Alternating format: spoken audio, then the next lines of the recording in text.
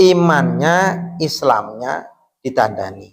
Karena Islam iman ihsan. Apa ihsan? Secara definisi syariatnya anta budallaha ka'annaka tarahu wa illam takun tarahu fa innahu yaraka. Nak kowe nyembah Gusti Allah seolah-olah kowe iso ndelok Gusti Allah. Nak ora ketok ya yakin nah Gusti Allah ning ngarepmu. Kowe secara definisi makna batin dohirnya. Tapi harfiahnya ihsan itu ngelakoni apik urip sampean. Jogolis ojo ngapusi. Makanya ngelakoni barang apik. Islami sing tekun, imani ditenanke, iman kepada Allah, kepada malaikat Allah, kepada kitab-kitab Allah, kepada wa malaikati wa kutubi wa rusulihi. Allah, malaikat Allah, kitab Allah. Lu beriman kepada kitab, berarti kita akan maca Al-Qur'an Injil witurite. Kalau kita wong Islam sebagai umat akhir zaman yang terutusnya Rasulullah sebagai rahmatan lil alamin, imanan ya kepada Al-Qur'an. Tapi kita harus mengimani, meyakini bahwa ada kitab sebelum Quran.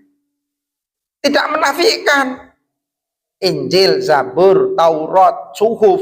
Kalau kita sebagai orang Islam kok kita mengatakan Injil itu tidak ada, Zabur tidak ada, kita nggak boleh. Itu kafir juga. Man ankara syai'an minal Quran faqad kafar. Barang siapa yang mengingkari sesuatu dari Quran sedikit saja, kalimatan, arfan, wahidan, wa kalimatan, wahidatan, kafir gitu. Maka tetap percaya, oh ada kitab Injil kepada Nabi Isa, oh kitab Zabur kepada Nabi Daud, oh kitab Taurat kepada Nabi Isa, oh ada Suhuf kepada Nabi Sis, kepada Nabi Idris, kepada Nabi Ibrahim, kepada Nabi Musa sebelum Taurat.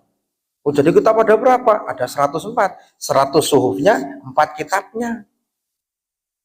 Nah, yang 104 kitab ini disebut kitab samawi. Di luar 104 itu berarti bukan kitab samawi. Nah, terus agama yang sahih berapa? Ya agama Abrahamik. Agama Yahudi, Nasrani, Islam. Ini agama samawi. Tuhannya sama sebetulnya, Tuhan Allah semua. Nabinya yang berbeda. Nah, kita meyakini itu. Kemudian beriman kepada Rasul. Loh, berarti kita harus mengikuti ajaran Rasul semua. Rasulullah Shallallahu Alaihi Wasallam, tapi mengimani, oh Nabi Isa ada, tapi tidak mengimani syariatnya. Oh Nabi ini ada, maka ditulislah Adamun Idrisunun Hutuma Soleh wa Ibrahimu kullu mutaba Lutun wa Ismailu Ishaku kada Yakubu Yusufu Syu'aibu tada.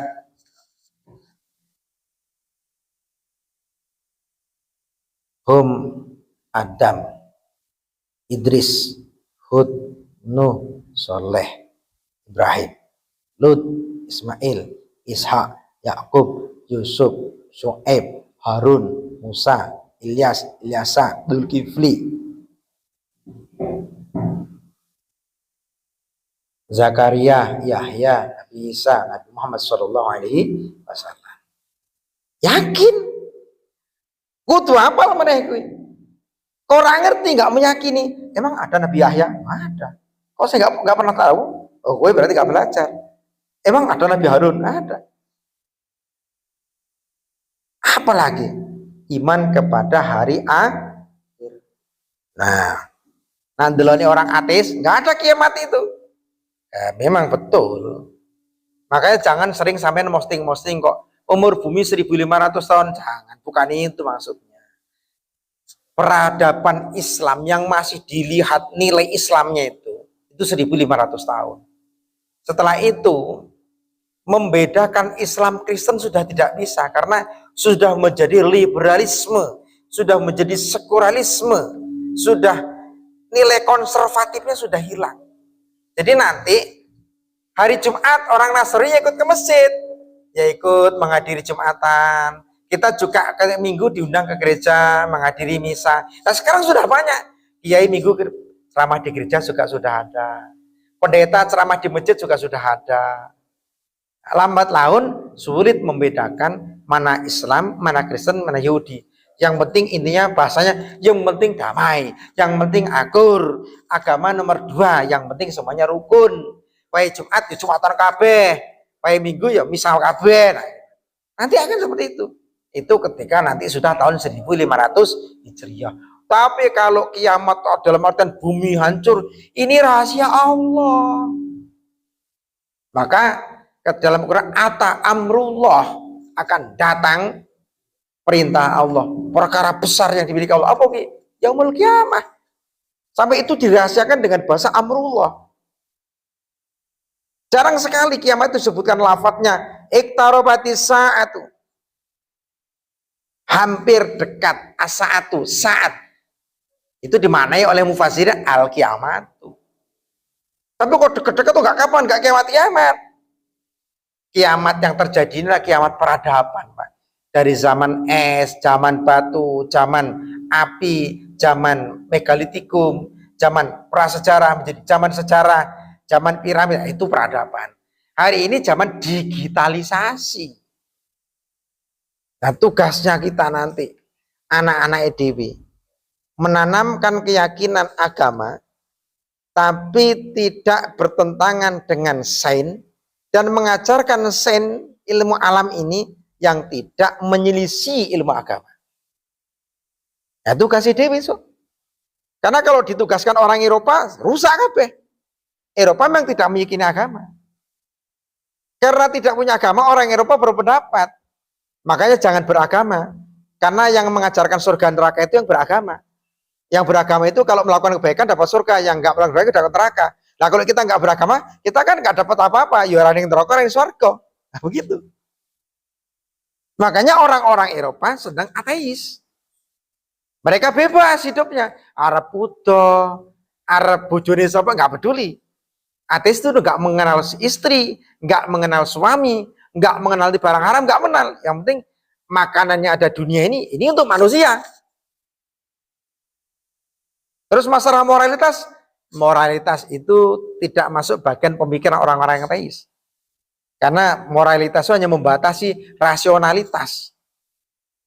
Ada orang sifatnya pemalu, sungkanan, segan, isin, toto kromo, toto coro. Ini membatasi rasionalitas. Oh iya tuh. Saya itu tak pelajari, Pak. Kenapa orang itu bisa ateis? Padahal kalau dilihat hadisnya, kullu mauludin yuladu alal fitrah. Setiap anak terlahirkan, dia lahir dalam keadaan fitrah. Akalnya ini fitrah. Akalnya itu mengenal Tuhan. Karena di dalam roh dulu kita dijanji oleh Allah, alastu birobikum qalu bala syaitan. Apa aku itu Tuhanmu? Roh jawab, inggih, jenengan Tuhanku loh. Nah ketika lahir kok ateis? Padahal desain awalnya, akalnya, rohaninya beriman kepada Allah.